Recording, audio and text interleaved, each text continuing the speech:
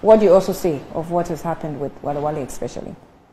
Well, clearly, what is happening in Walewale appears to be an indictment on the MPP, in particularly the office of the Vice President. Because Zuera, Honorable Zuera is a relation of Dr. Mahmoud Bawumia, Vice President of the Republic and flag bearer of the MPP.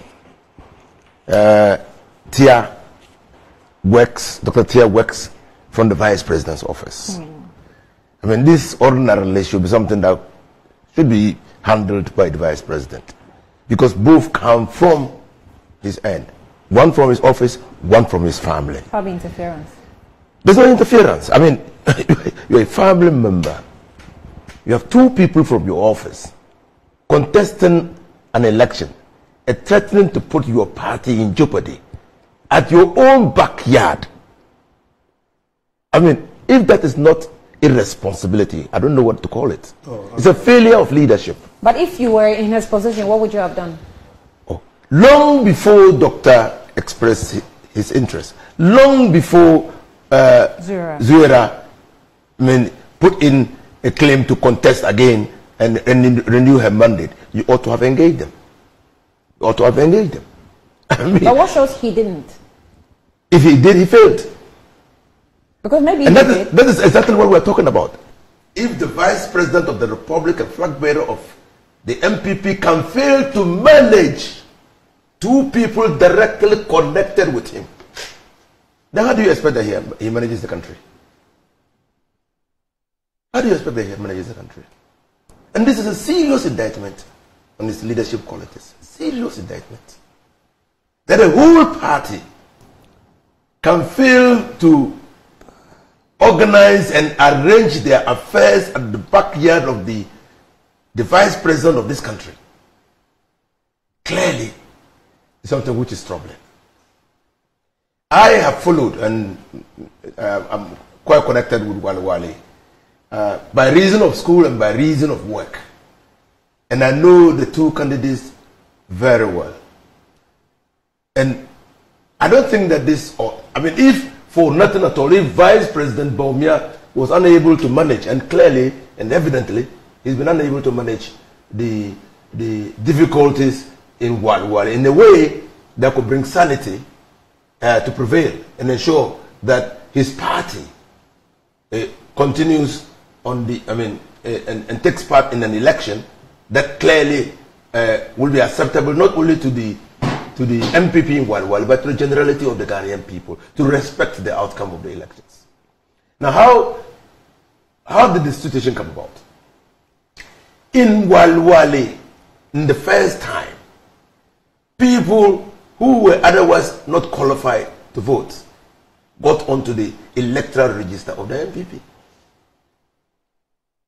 So, you and I, as dispassionate observers of the processes in Walewale, ought to be concerned that even in an internal process, and the president of the Ghana Bar Association, in bemoaning what was happening within the Ghana Bar Association, said that if a political party itself loses the moral authority to put in place a credible register that is acceptable to its members to be able to select who leads them in the constituency, how do you treat that political party?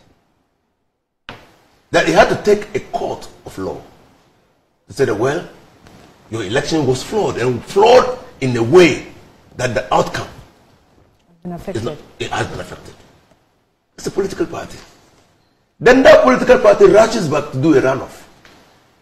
Again, organizes the election in such a way that an unauthorized and permitted person, a person who is a busybody, gets into the inner parameter of the electoral process, the voting process, and snatches ballots.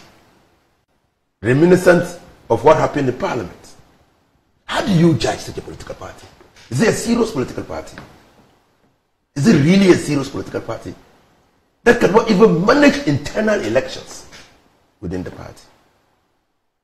Now, I've heard you ask my good friend, and he's my good friend actually, what will happen? The elections have been inconclusive. Inconclusive. The fact that Laraba has withdrawn does not automatically mean that unless the National Executive Committee, and I think that that's why he says they are meeting, unless they sit to say, well, in the circumstances, let the Dr. Kabiru Tia go, or it says KB Mahama go. But the election is inconclusive. But my worry, to be honest with you, is the impunity, the recklessness, and the lawlessness that characterize that event.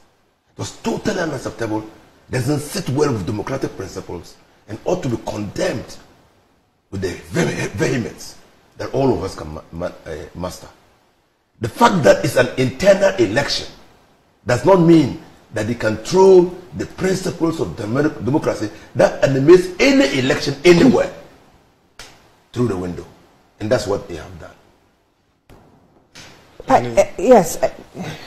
Annie. After the decision of the party, we cannot say much. That's for the party. But it is what happened that involved Ghanaians. Yes.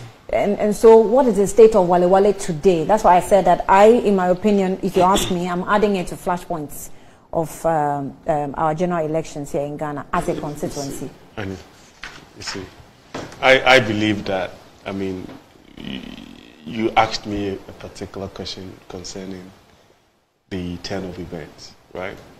And now my senior has come and he's trying to bait me to go into the realms where maybe our viewers will say, oh, look at them again. They are doing equalizations and all of this. And I condemned the fact that anybody would attempt to pick a ballot box. But we all know that when it comes to internal elections and primaries and even general elections, over the period, we've had certain incidents that have happened that nobody will be proud of. And that is exactly what I said. But then if my senior now actually invites me to give him examples of people who have been clubbing, cudgels, and have been slashed with cutlasses and everything. You are a general. You've been doing this for a very long time. The examples abound. But you see, the moment I go into those quarters, then it's almost as if that, yeah, we are really countenancing that. Whatever has happened during the process is wrong. Again, it is not the political party that organizes an election. The elections are organized by the Electoral Commission. No. What's the point? No. I'm just saying. When you go through the process, the rules and regulations are there, and then the process is now given to the Electoral Commission to run.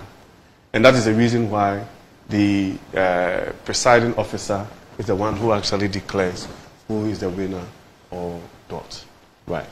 This process was not conclusive because someone, like he used the word busybody, decided to go through a process that did not really, wasn't legal, right? And that has happened even when it comes to general elections where somebody will feel that something is untoward happening and they will go and pick up a ballot and run away, right?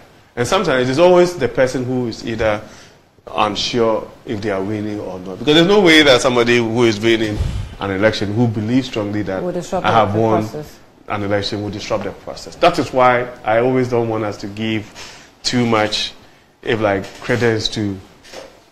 It's almost as if that you are creating two evils, right? That two people, these two people are supposed to be on the same pedestal. That's what I'm saying. If you do not give credence to the act, yes, you are only intensifying. Yeah, but that's why I'm saying. That's why I'm saying that, right? Mm.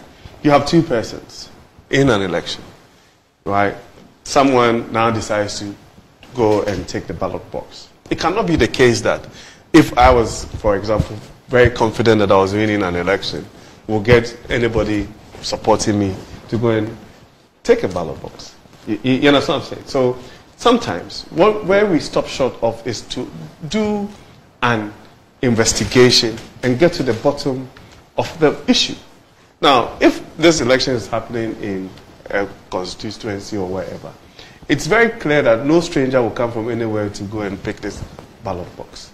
Right? So even at the local level, we need to be able to identify these persons and allow the law to take its course. In this situation, who failed, the party or the Electoral Commission? Oh, no, but that's what I'm saying. That when you start using words like failed and all of that. Yeah, somebody failed. Yes. Somebody, but because the thing is that... No, in this case, someone failed. No, it's either the security... Hold on, let me make this point. It's either the security, the Electoral Commission, or the party itself. You said that various stakeholders. You indicated that, of course. Yeah. You indicated that it is the Electoral Commission that organizes elections. That's true. The Electoral Commission itself, when Ayawaso West Wogon happened, you remember the response it came with. And it doesn't provide security. Where the violence happened, it didn't happen within the perimeters within the perimeters where the votes were being collated. That was the excuse of the Electoral. It never took up any responsibility of what happened at Ayawaso West Wogon. There's also the provision of security. So I'm saying that's fine. Somebody's that's fine. mandate. But we know how, when you're counting ballots, we know how it's done. You secure a space. Exactly. Citizens are not allowed to come within that perimeter, so they stand behind your barricade. Yeah. And then they observe. How did someone break through the human barricade, the artificial barricade created, walked all the way to the ballot box in the faces of the EC officials, in the glare view of security or police officers, picked the ballot box and ran away? I like that. And that's the reason why I'm saying that if you start pointing your fingers at a political party, and in this particular case, a constituency party. I'm not pointing fingers. I'm just asking that in your opinion, what do you think happened? That is why I'm saying that whoever went to snatch this ballot box would have a very personal interest or parochial interest in the outcome of this particular election. Right? For them to actually defy all the security arrangements that have been put in place to do this without even thinking that they are going to be apprehended or something bad is going to happen if they do that. You understand my point? Yeah. And so, yes, it's okay to say that there was a process that was being made to elect somebody for the MPP, right? But when it comes to the management of it, in terms of the security arrangements and the processes and regulations, by our constitution, it actually says that the person who is only able to declare a winner is the presiding officer, right? And the regulations are given them. You have a register that is given to them. Both parties are happy with it. They go through. You see, when issues happen, that is when people now start coming to talk about stuff that they should have already, right, alerted the various authorities of if they were unhappy about. For example, you cannot be a serious parliamentary aspirant and then allow the process to go all the way to election day and say that you had an issue with the register.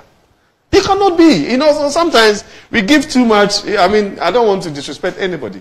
You cannot be a very serious player in any political discourse and say that, oh, you've waited all the way till the day of election, and then you said that, oh, 6 people were in, 7, 20, 100 people were in, and that they will not be part. And then you actually availed yourself for that particular process. And then an outcome has come, and then you say that, oh, let's do a retrospective audit of something that you should have known already. Come on.